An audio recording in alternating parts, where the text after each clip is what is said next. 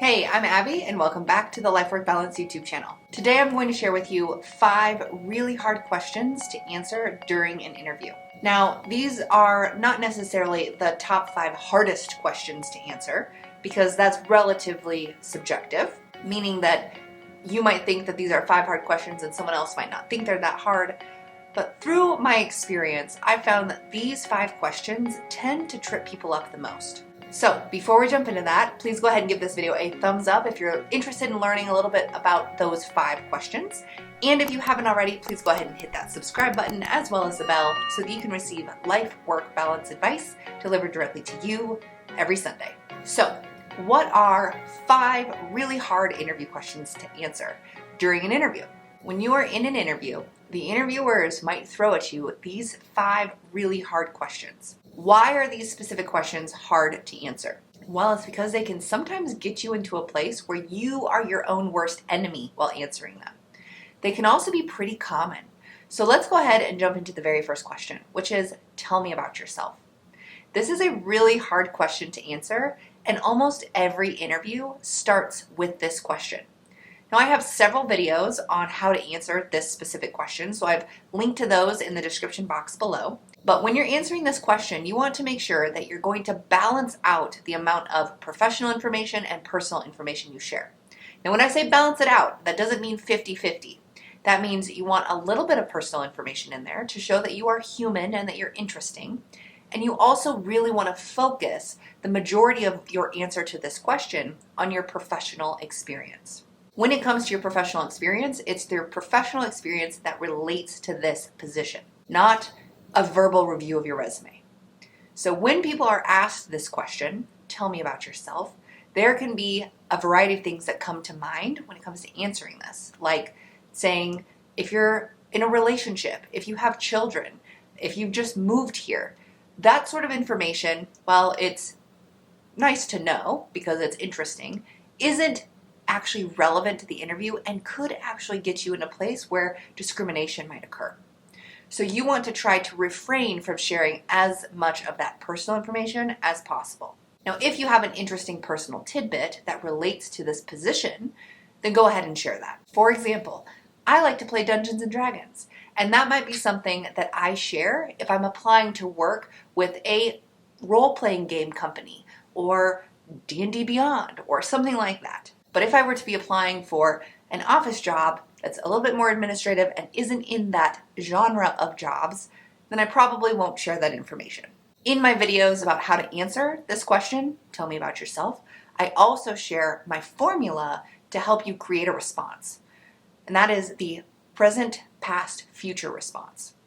So share what you're doing right now that is relevant to this position, share what you've done in the past that is also relevant to this position, and share where you see yourself moving or going in the future.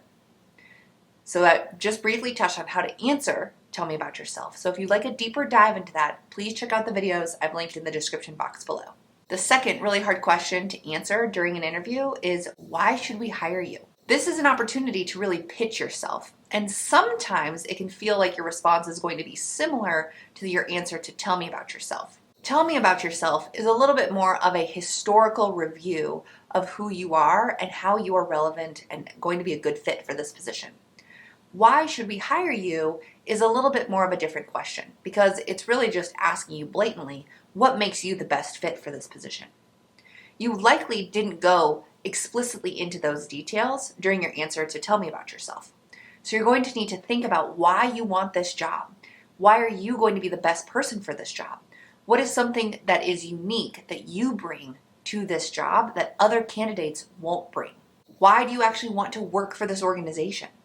So answering those sorts of questions to yourself ahead of time will set you up for success to actually answer this question. Again, I have another video on how to answer this type of question if it comes up during an interview.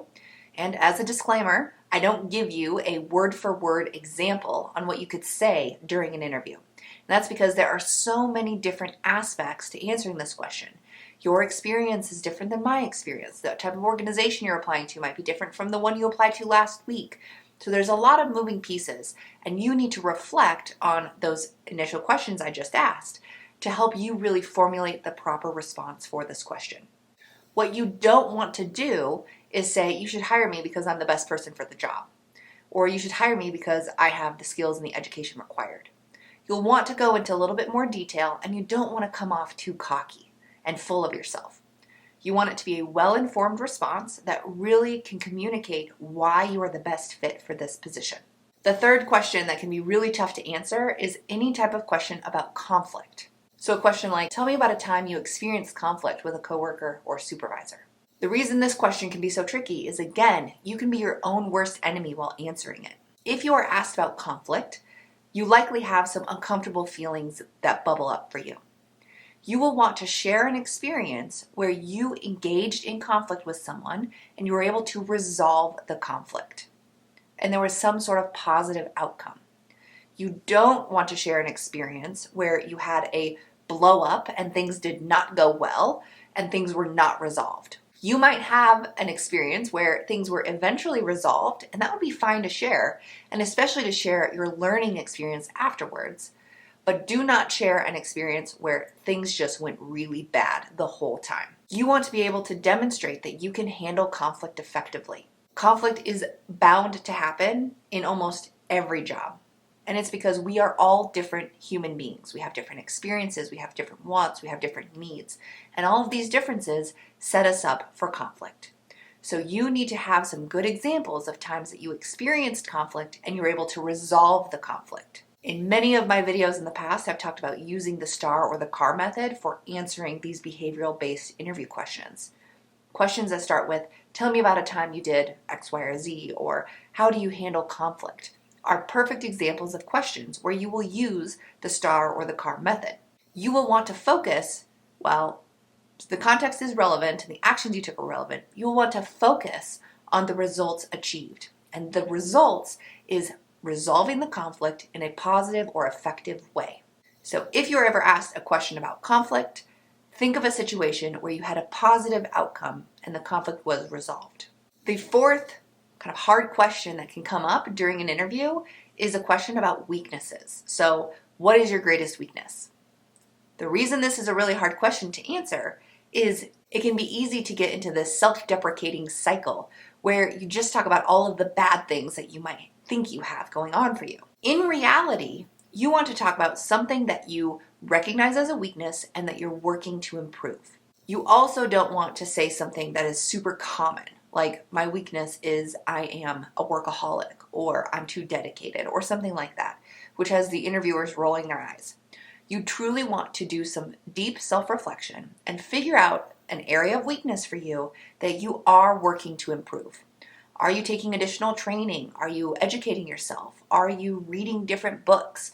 Are you putting yourself in situations where you can grow in that weakness? Are you finding people whose strength is your weakness and learning from them through mentorship or coaching?